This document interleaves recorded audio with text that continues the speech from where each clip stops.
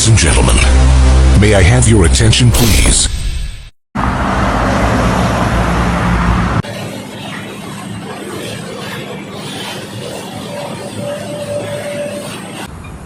Dini. Assalamualaikum Dini. Lamanya tak jumpa, sihat ke? Waalaikumsalam. Syafiqah. Alhamdulillah, khabar baik. Itulah kan, lama tak jumpa. Jom kita masuk masjid dulu. Jom. Oh, macam ni ya keadaan masjid kita sekarang? Kena solat jarak-jarak. Macam ni lah, kena solat jarak-jarak. Boleh ke solat jarak-jarak? Dulu saya dapatkan soft bukan syarat sah solat. Dia cuma merupakan kesempurnaan solat. Jika ada sebab yang memudaratkan macam virus COVID sekarang ni, maka boleh je solat jarak. Kita ada ulama' dan mufti yang merupakan golongan autoriti dalam bidang agama. Mereka mesti dah kaji habis berkenaan hukum solat berjemaah jarak ni. Oh, macam tu. Syafiqah, selain solat jarak-jarak, kita pun kena pakai mask kan? Ya, kena pakai mask. Boleh ke pakai mask masa solat? Sah ke solat kita? Hukum menutup mulut di dalam solat tanpa sebab adalah makruh.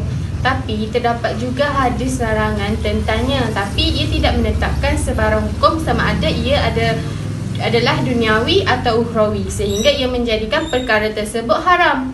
Akan tetapi, perkara tersebut tidak memberi kesan kepada kesahihan solat. Ini kerana ada larangan ke atas perbuatan menutup mulut di dalam solat datang dari jihah mufakkah, iaitu sudut yang berasingan.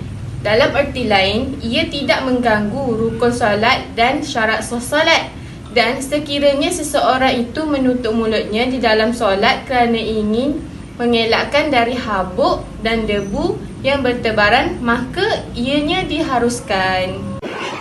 Oh, macam tu. Dah ikomat lah. Jom solat. Jom.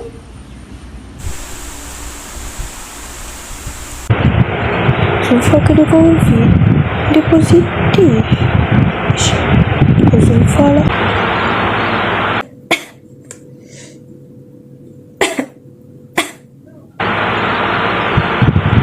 Hello, Assalamualaikum, Zulfa. Hello, Waalaikumsalam. Hai Syira. Hai. Zulfa, dengar cerita Zulfa positif COVID. Betul ke? Positif COVID ni baru hari ni hari first. Sebab dah swab kan tadi, tengok positif tadi. Zulfa kuarantin seorang macam tu? Kuarantin seorang je dekat rumah ni dalam bilik. Seorang-seorang je. Apa simptom yang Zulfa ada? Zulfa sekarang ni batuk, lepas tu sakit tekak, lepas tu pening kepala, and sekarang rasa nak demam dah sekarang. Okey, baiklah kalau macam tu. InsyaAllah nanti kita datang rumah kita esok. Betul ni, Syira nak datang esok.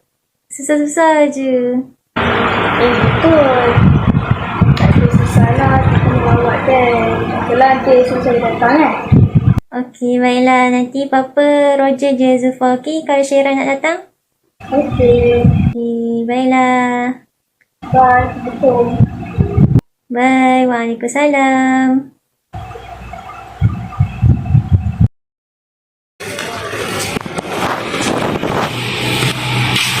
Assalamualaikum, Zulfa. Assalamualaikum, Zulfa. Alah, Zulfa buat meeting. Tunggu kejap lah. Syira call lah. Hello. Assalamualaikum, Zulfa. Ya, hai Syira. Waalaikumsalam.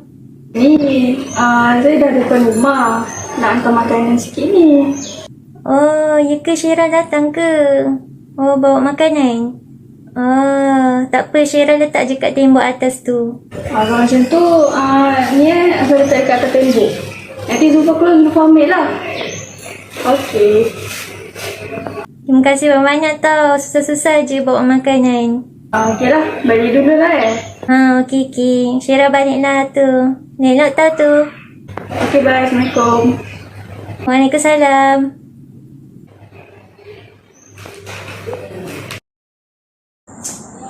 Wah, apa ni? Sedapnya. Alhamdulillah untuk rezeki hari ni. Kedua-dua situasi tadi menunjukkan orang Islam perlu mematuhi SOP seperti menjaga jarak dan memakai mask ketika berada di masjid dan ketika melawat orang sakit, lebih-lebih lagi kuarantin sewaktu berlakunya penularan COVID-19. Ingat saya akan kisah Nabi Saleh bersama kaum Samud dalam surah Hud ayat 61 hingga 68. Menerusi ayat tersebut, dapat dikisahkan pada mulanya mereka meminta Nabi Saleh alaihi salam untuk mengeluarkan anak unta dari batu sebagai bukti kerasulan, dan atas izin Allah Subhanahu Wa Taala permintaan itu dikabulkan.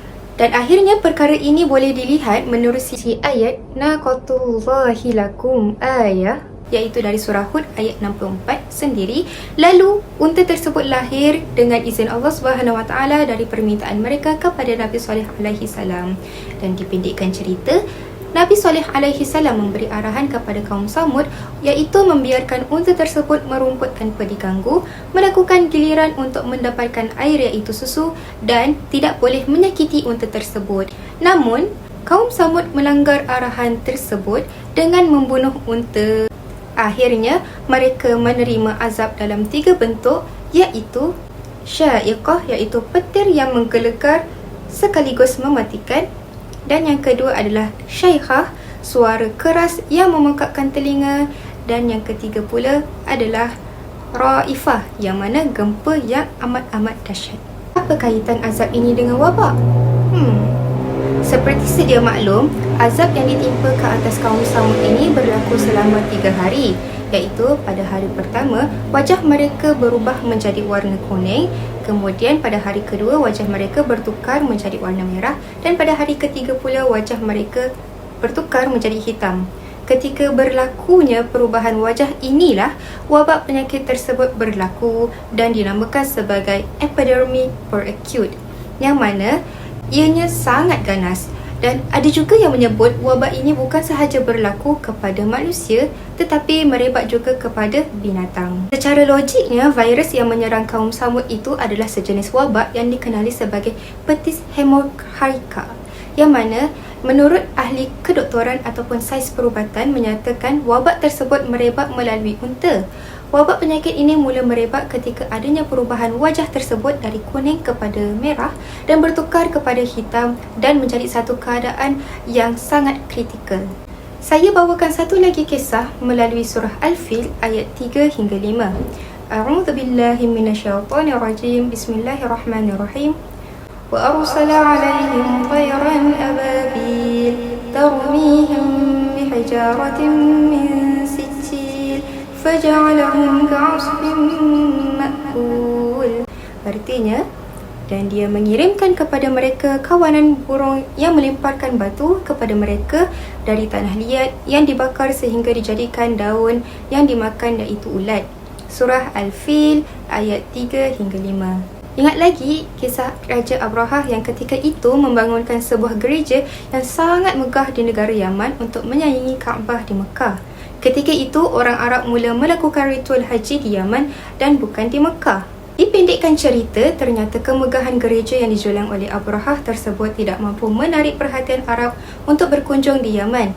Lalu Abrahah pun marah dan berang lalu memutuskan untuk merobohkan Kaabah tersebut. Ketika Abrahah membawa pasukan yang besar dengan berkenderaan tunggangan gajah datang ke Mekah, munculnya sekawan burung yang jumlahnya tidak terkira membawa batu tanah liat yang dibakar dan dicampakkan ke arah pasukan gajah tersebut, dan akibatnya mereka hancur terbakar. Daripada peristiwa tersebut, ianya hampir sama dengan peristiwa kisah Nabi Saleh alaihi salam tadi, dan akibat dari peristiwa Raja Abrahah ini tercetusnya penyakit cacar berjangkit di tanah Arab.